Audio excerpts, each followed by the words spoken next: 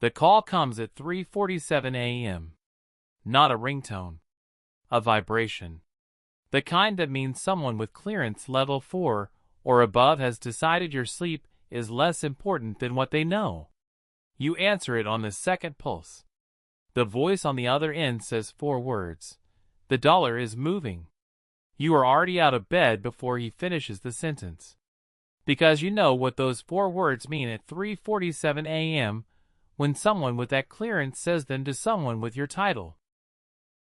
They don't mean the market is fluctuating. They mean someone somewhere has decided to test whether you're paying attention. You are? Level 1, the appointment.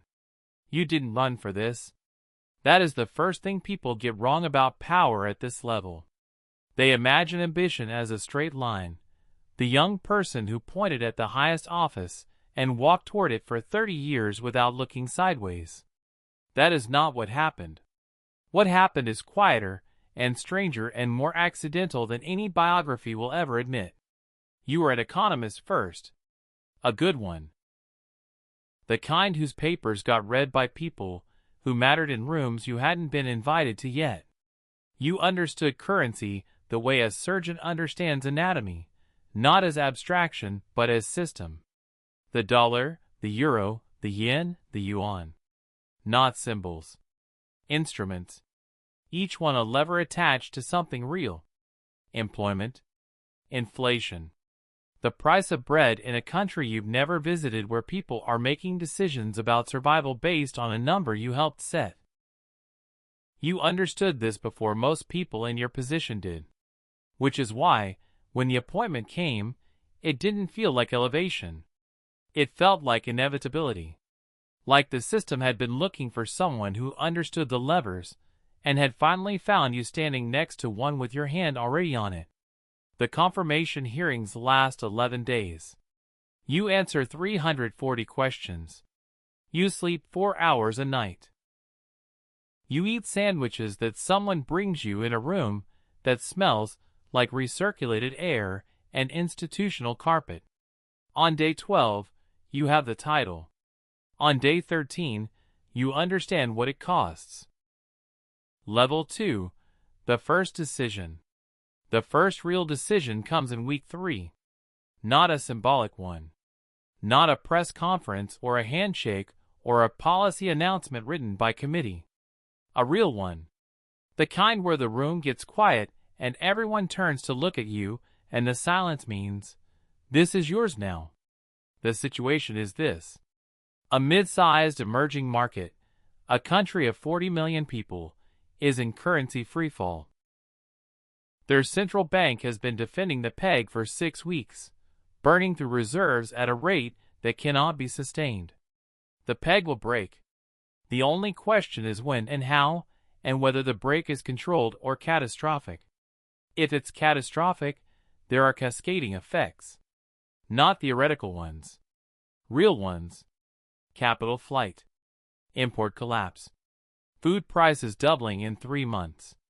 A government that was unstable before this becomes a government that cannot function. Your options are not good. They are gradations of difficult. Option 1. Coordinate with the IMF on a structured adjustment. Slow, politically painful, unpopular in the affected country, but survivable. Option 2.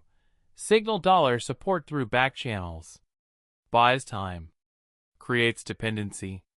Requires something in return that you will owe later. Option 3. Do nothing. Let the peg break on its own timeline. Cleaner in theory. Devastating in practice for 40 million people who had nothing to do with the policy decisions that created this situation. You choose option 1. It takes 4 weeks to arrange. It works imperfectly. The adjustment is painful. 3 members of the affected country's cabinet resign. There are protests in the capital. And the peg holds. You learn something in those 4 weeks that no briefing document could have taught you. The difference between a decision that looks right and a decision that is right is not always visible at the moment of making it. Sometimes you only know years later. Sometimes you never know. You file that away. You will need it. Level 3. The room where it actually happens. There is a meeting that happens 4 times a year that does not appear on any public calendar. It has no official name. The people who attended do not discuss it publicly. It is not secret in the conspiratorial sense. No one is hiding it for dramatic effect. It is simply a conversation that happens at a level where discretion is not a choice, but a structural requirement. Around the table, the heads of the 5 largest central banks in the world. Combined, the currencies they oversee represent approximately 78% of global foreign exchange reserves.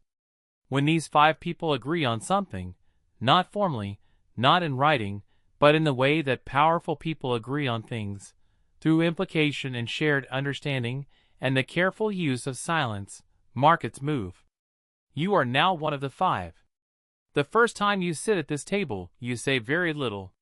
You listen. You watch how the other 4 communicate. Not what they say, but how they say it.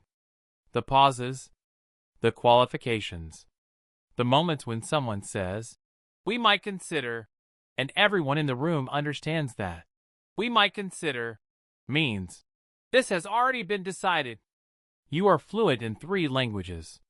You discover that this table has a 4th, the language of sovereign monetary power, which has no grammar book and no dictionary, and which you learn the way you learned everything important in your life. By paying attention to what isn't being said. By the 3rd meeting, you are no longer just listening. By the 5th, you are occasionally the one whose silence everyone is reading. Level 4. The attack. It happens on a Tuesday. They always happen on Tuesdays, for reasons that have to do with liquidity windows and the specific vulnerability of markets in the hours between the Asian close and the European open. A coordinated speculative attack on a G7 currency. Not yours. And allies. The scale is significant. Not unprecedented. You have studied the precedents, you know exactly which ones, but significant. Serious money. Serious intent. Someone has decided to test the coherence of the current monetary order, and they have chosen this moment and this currency as the test. You have 40 minutes before the European Open. In those 40 minutes, you make 11 phone calls. You speak to 3 people who are not on any org chart that the public has access to. You authorize 2 interventions through channels that exist precisely for moments like this. You draft a 2-sentence statement that you will not release unless the interventions fail, because the statement is the last resort, and the last resort changes things in ways that cannot be unchanged. The interventions work. The attack fails. The currency closes down 0.3% for the day. The financial press covers it as routine volatility. 2 analysts write pieces about emerging market uncertainty. Nobody writes about the 40 minutes. You go home. You eat dinner. Your family asks how your day was. You say, "Fine." Level 5. The wait. There is a photograph on your desk that you did not put there intentionally. It was in a briefing packet 18 months ago, a document about the downstream effects of a rate decision you made in your 2nd year. The photograph shows a market in a city you have never visited. The caption explains that the price of imported goods in this market increased 34% in the 8 months following the decision. You made the right decision. The macroeconomic data supports it. The models supported it at the time. Your advisor supported it. The decision was correct by every measure available to you when you made it. And in that market, in that city, in that country, the price of imported goods went up 34% in 8 months. You keep the photograph on your desk not as punishment, as calibration. Because the thing nobody tells you about this level of power is that being right and causing harm are not mutually exclusive. You can make the correct decision. The one that stabilizes the system, that prevents the larger catastrophe, that the models and the data and the experience of every predecessor all point toward, and still, on the ground, in a market in a city you've never visited, someone is doing math at a grocery stall that doesn't work the way it worked last year. The distance between your decision and its consequences is measured in abstractions. Basis points, exchange rate differentials, current account adjustments. The consequences themselves are not abstract. You keep the photograph. You look at it before the big decisions. It doesn't change what you decide. It changes how you decide it. Level 6. The thing power actually is. By year 4, you have stopped being surprised by things that would have surprised you in year 1. You are not surprised when a government falls partly because of a currency movement you were involved in slowing. You are not surprised when a trade negotiation that looks like it's about tariffs is actually about exchange rate commitments made in a conversation that happened 6 months earlier. You are not surprised when someone you have never met, in a country you have visited twice, makes a financial decision based on a signal you sent through a mechanism so indirect that the chain of causation would take a graduate student 3 months to reconstruct. You are not surprised. But you are still paying attention. Because the thing power actually is, at this level, is not control. That is the mistake civilians make about this job. They imagine a hand on a dial. A room full of screens. Someone pushing buttons and watching numbers change. It is not that. It is more like being the person who understands the weather system well enough to know which way the pressure is moving 3 days before anyone else does. You don't make the weather. You can't. The system is too large and too complex and too interconnected for any single actor to control it completely. What you can do, what the job actually is read the system more accurately than the people trying to exploit it, and position the instruments you control so that when the pressure changes, the effects are manageable rather than catastrophic. Most of the time, it works. Most of the time is not all of the time. Level 7. What you know now. The call comes again at 3:47 a.m. Different quarter. Different currency. Same 4 words. You answer on the first pulse this time. You are already reading the data on the tablet beside your bed before the voice finishes the sentence. You know which intervention is appropriate before the briefing arrives. You have already mentally drafted the call you will make in 11 minutes to the person in a different time zone who needs to know what you know before the market opens. This is year 6.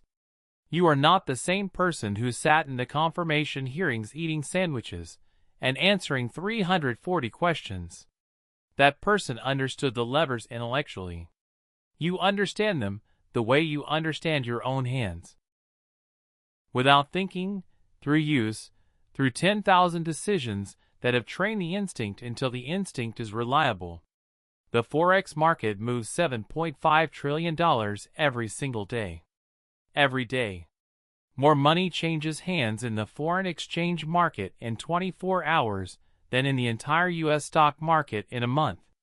It is the largest, most liquid, most consequential financial market on Earth. And somewhere in the architecture of that market, in the frameworks and the interventions and the signals and the coordination that happens in rooms that don't appear on public calendars, your decisions are in there. Not as control. As structure. Not as a hand on a dial, but as one of the people who built the dial, who calibrated it, who understood what it was connected to and made sure that when it turned, something real and important held together rather than fell apart. You answer the call. You get to work. The market opens in 40 minutes.